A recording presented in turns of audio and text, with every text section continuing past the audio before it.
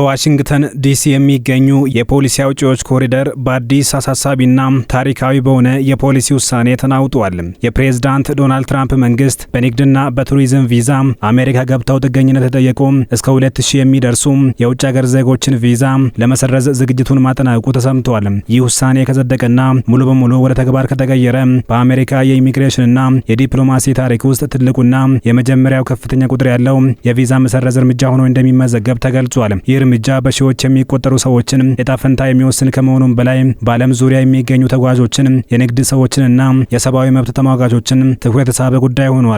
በአሜሪካ ውጭ ጉዳይ ሚኒስቴርና በሀገር ውስጥ ደህንነት መስሪያ ቤት መካከል በተደረገው የተቀናጀ አሰራር ይፋ የሚደረገው ይህ መመሪያ የአሜሪካን የስደት ፖሊሲ ወደ አዲስ ምዕራፍ የሚያሻግር እንደሆነ ይነገራል። አዲሱ የፖሊሲ አቅጣጫ በዋናነት ትኩረት የሚያደርገው እንደ አውሮፓውያኑ የዘመን ቀመር ከ2016 እስከ 2026 ባሉት 10 ዓመታት ውስጥ የተሰጡትን የቢ1 ወይም የንግድና የቢ2 ወይም የቱሪዝም ቪዛዎችን ነው። የእንቅስቃሴው ዋና ዓላማ ጊዜያዊ የጉብኝት ቪዛዎችን በመጠቀም አሜሪካ ከገቡ በኋላ የጥገኝነት ማመልከቻ ያስገቡ ወይም በሂደት ላይ የሚገኙ ሰዎችን ለይቶ ቪዛቸውን ማገድና መሰረዝ ነው። የአሜሪካ የውጭ ጉዳይ ሚኒስቴር ቃል አቀባይ ቶሚ ፒጎት እንደገለጹት መስሪያ ቤታቸው ከሀገር ውስጥ ደህንነት መስሪያ ቤት ጋር በቅንጅት እየሰራ ይገኛል። አጭር ጊዜ ጉብኝት በሚል ስም ወደ አሜሪካ ገብተው በኋላ ግን በቋሚነት ለመኖር የጥገኝነት ማመልከቻ የሚያስገቡ የውጭ ሀገር ዜጎችን የኔን ኢሚግራንት ቪዛ ወይም ለአጭር ወይም ለተወሰነ ጊዜ ወደ አሜሪካ ለመግባት ለሚፈልጉ ሰዎች ከሚሰጡ ቪዛዎች ላይ ለመሰረዝ ከሀገር ውስጥ ደህንነት መስሪያ ቤት ጋር በቅንጅት እየሰራን እንገኛለን ሲሉ ተናግረዋል። ቃል አቀባዩ አክለውም እርምጃው በሂደት የሚቀጥል በመሆኑ በትክክል ስንት ሰዎች እንደሚነኩ ቁጥሩ ተለዋዋጭ እንደሚሆንና በጊዜው እንደሚታወቅም ጠቁመዋል።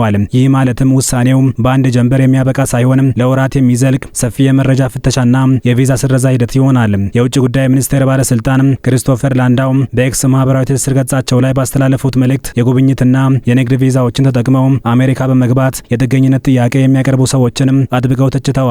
ላንዳው እንደጻፉት በአሜሪካም ሆነ በዓለም ዙሪያ ያሉ ሰዎች በሐሰተኛ የጥገኝነት ጥያቄዎች ተሰላችተዋል። ጥገኝነት ማለት ሕግ ማምለጫ ወይም የስደት ሕግን መተላለፊያ ቀዳዳ አይደለም ሲሉም ትችታቸውን አጠናክረዋል። የአሜሪካ የቪዛ መመሪያዎች እንደሚያስረዱት የንግድ ወይም የቱሪዝም ቪዛ አመልካቾች በቆይታቸው ማጠቃለያ ወደ ሀገራቸው እንደሚመለሱና አሜሪካ ገብተው ጥገኝነት እንደማይጠይቁ ማረጋገጥ አለባቸው።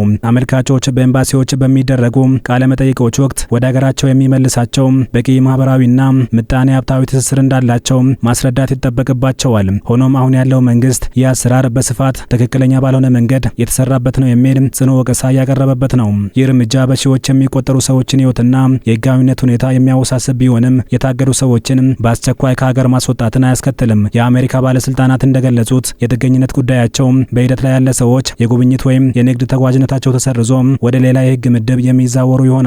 ሆኖም ግን የነበራቸውን የህጋዊ ተጓዥነት መብት የሚያጡ ከሆነ የጉዞና የመንቀሳቀስ ነጻነታቸው በከፍተኛ ሁኔታ ይገደባል። ይህ እቅድ ይፋ መደረጉን ተከትሎ በህግ ባለሙያዎች፣ በሰብአዊ መብት ተሟጋቾችና በስደተኞች መብት ተቋማት በኩል ከፍተኛ የህግና የፍርድ ቤት ክስ እንደሚገጥመው ይጠበቃል ሲሉ ታዛቢዎች ያስረዳሉ። ምክንያቱም ይላሉ ታዛቢዎች በርካታ ስደተኞች አሜሪካ ከገቡ በኋላ በሀገራቸው ባልተገመተ ሁኔታ በተፈጠረ የፖለቲካ፣ የሃይማኖት፣ የብሔር ወይም የደህንነት ስጋት ምክንያት ጥገኝነት የመጠየቅ ህጋዊና ሰብአዊ መብት አላቸው። ቪዛው ከተሰጠ በኋላ ወደ ኋላ ተመልሶ የነበሩ መብቶችን መሰረዝ የህግ በላይነትንና የፍትህ መርህን ይቃረናል የሚሉ ጥያቄዎችም ይነሳሉ።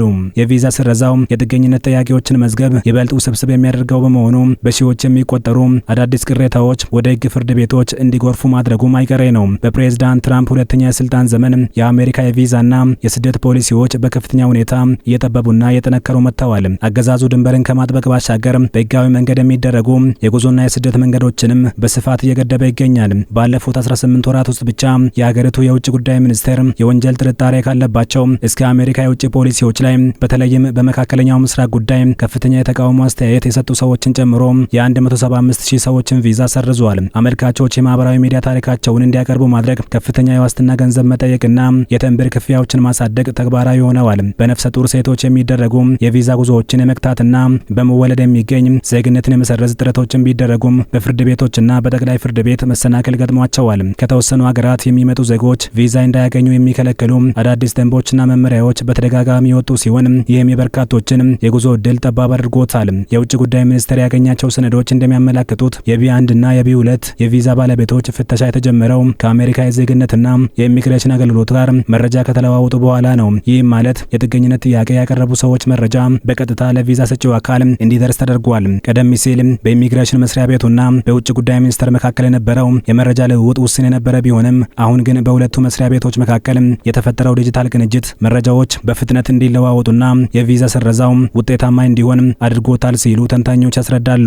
የአዲሱ የቪዛ ስረዛ እቅድ በሚመጡት ሳምንታት ውስጥ በይፋ ታውጆ ወደ ተግባር እንደሚገባ የሚጠበቅ ሲሆን በዓለም አቀፍ ተጓዦች፣ ጥገኝነት ጠያቂዎችና ዲፕሎማሲያዊ ወዳጅነቶች ዘንድ ትልቅ ስጋትና ውዝግብ ፈጥሮ ይገኛል። ይህ እርምጃ በፖለቲካው መስክ ብቻ ሳይሆን በምጣኔ ሀብታዊና በማህበራዊ ህይወት ላይም የጎላ ተጽዕኖ ይኖረዋል። ቪዛቸው የሚሰረዝባቸው ግለሰቦች ወደ አሜሪካ የገቡበት የመጀመሪያ ዓላማ የንግድና የቱሪዝም ቢሆንም አብዛኞቹ በሀገሪቱ የምጣኔ ሀብት እንቅስቃሴ ውስጥ በተለያዩ ደረጃዎች የሚሳተፉ ናቸው። በንግድ ቪዛ ገብተው ጥገኝነት የጠየቁ በርካታ ነጋዴዎችና ባለሀብቶች በቪዛ ስረዛዎች ምክንያት የንግድ እንቅስቃሴዎቻቸውንና ኢንቨስትመንቶቻቸውን ለማስቀጠል ከፍተኛ መሰናክል ይገጥማቸዋል ተብሎም ይሰጋል።